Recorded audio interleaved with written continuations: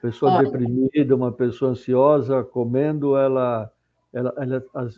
pela energia dela, ela acaba se alimentando de forma errada, vamos por assim.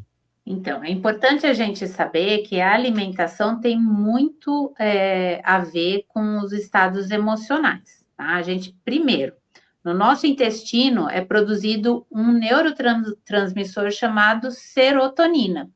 Esse neurotransmissor é o que faz a gente se sentir bem, que dá a sensação de bem-estar. E aí, se a gente se alimenta com alimentos inflamatórios, como eu já citei, açúcar industrializado, o que acontece? O seu intestino fica inflamado, ele não consegue produzir essa quantidade de serotonina.